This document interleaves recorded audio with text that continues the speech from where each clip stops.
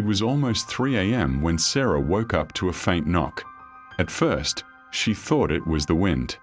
Then it came again, louder this time.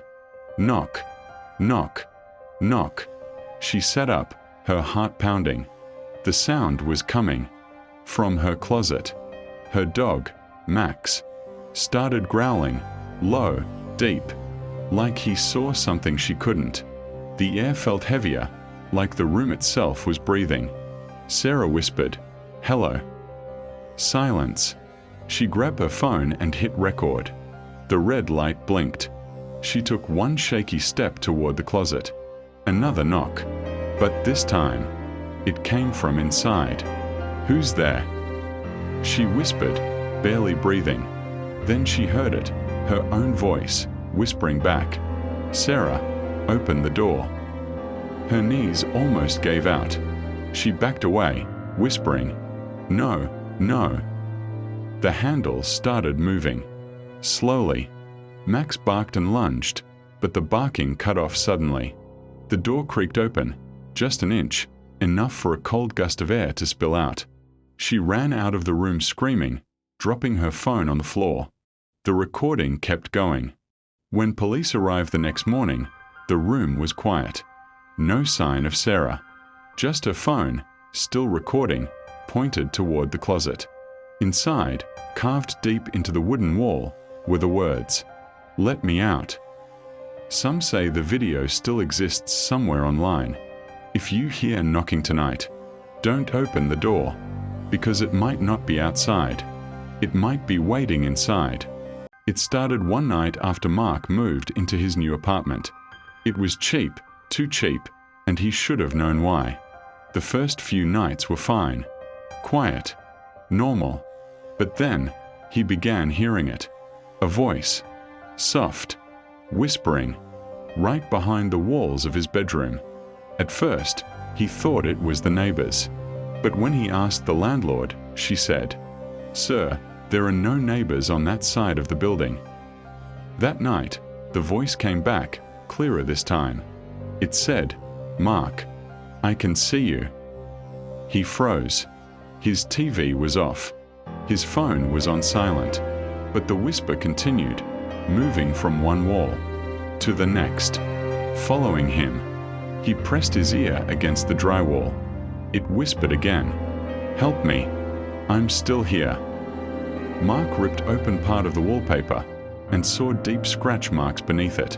Old, human, fingernails still stuck inside the plaster. The whispers turned into screams. The lights flickered. He ran outside, slamming the door behind him. But from the other side of the wall, something laughed. The next morning, police arrived after neighbors complained of screaming inside the walls. They searched the apartment, found nothing except a crawlspace.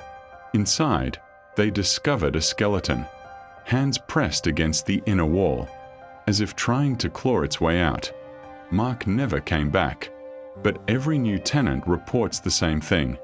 A voice whispering their name from inside the walls. If you ever move somewhere new, and the walls start whispering your name, don't answer back, because once you do, it never stops. Like, share, and subscribe before you hear your own name tonight. It started as an ordinary night. Emily was home alone, scrolling through her phone when it rang. The screen flashed her own number. Same digits, same name. Her calling herself. At first, she thought it was a glitch. But curiosity can be deadly. She answered. A soft voice whispered, "Don't pick it up next time." Her heart stopped.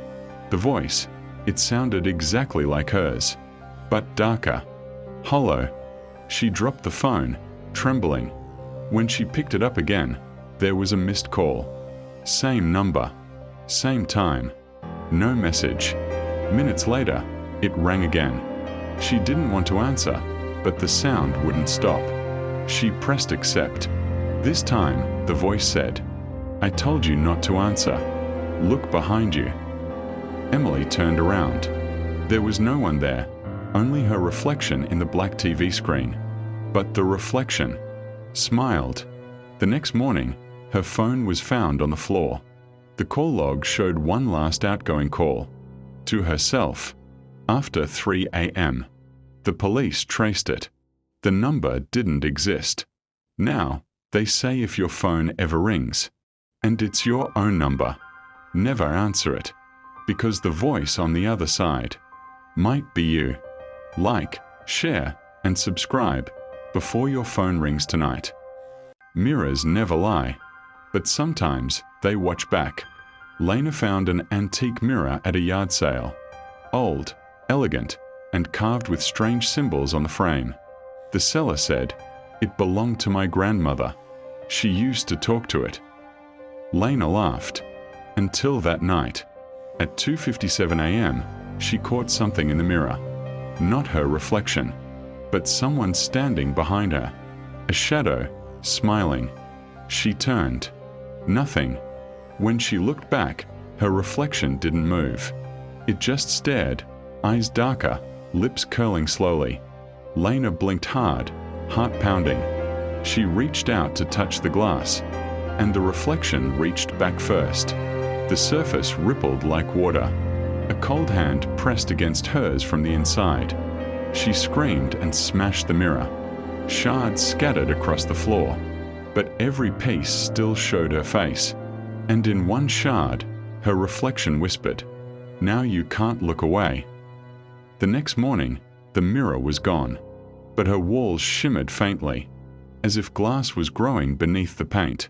Now, they say if you stare too long into your mirror after midnight and blink, you might just wake up inside it. Like, share, and subscribe before your mirror starts watching you back. It started with a knock. 3 soft taps on the door. Knock, knock, knock. Mia was home alone that night. Rain outside. Wind howling. But the sound wasn't from outside. It was coming from inside the house. She froze. The knocking came again. This time, from her bedroom door. She whispered, "Who's there?" Silence. Then, a reply, faint, muffled, "Let me in." Her heart stopped. She stepped closer, trembling. The door handle turned slowly, even though she hadn't touched it. Mia ran and grabbed her phone, but the moment she turned on her flashlight, the door creaked open on its own. Nothing there, just darkness. But when she looked at the floor, there were wet footprints leading out of her room. She followed them down the hallway, and they stopped, right in front of the front door. Her phone buzzed, a notification. Front door opened. She looked up. The door swung open by itself, wind howling in. Mia screamed, but in the faint reflection of the glass, she saw something behind her, a shadow with no face, knocking slowly on her shoulder. Knock, knock, knock. Like, share, and subscribe before your own door decides to knock tonight. It was past midnight when I felt my phone vibrate, but my phone was turned off. I took it out, and the screen flashed white, just for a second, showing a photo I'd never taken. It was me, sleeping. My heart stopped. I deleted the photo, but the screen flickered again. This time, a voice whispered through the speaker, "Don't ignore me again."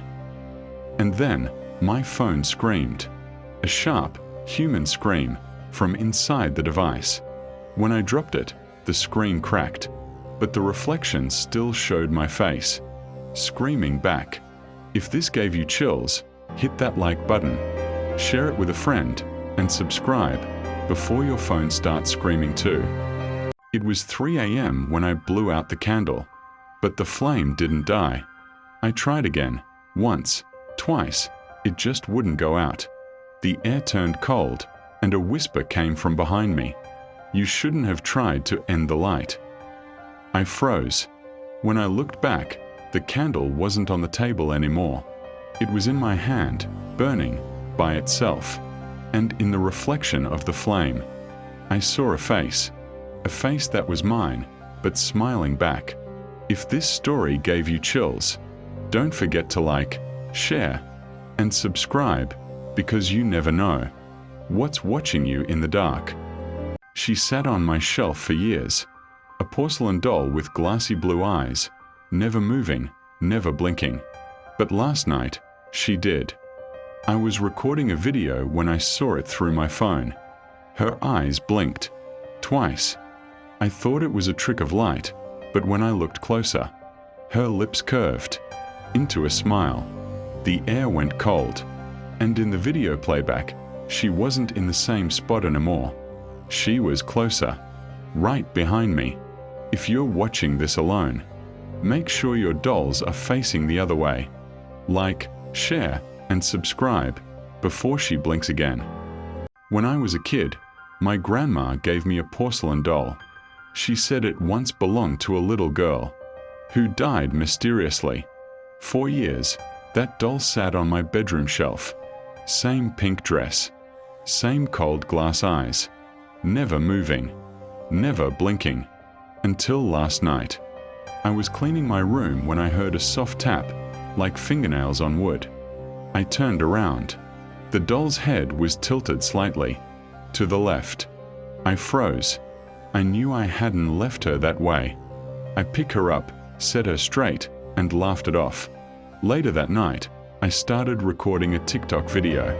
When I looked at my phone screen, I saw something behind me. The doll's eyes blinked twice. My phone fell from my hands. I felt a cold breath on my neck, and I swear I heard a whisper, "Don't leave me again." When I checked the video later, she wasn't on the shelf anymore. She was standing right behind me.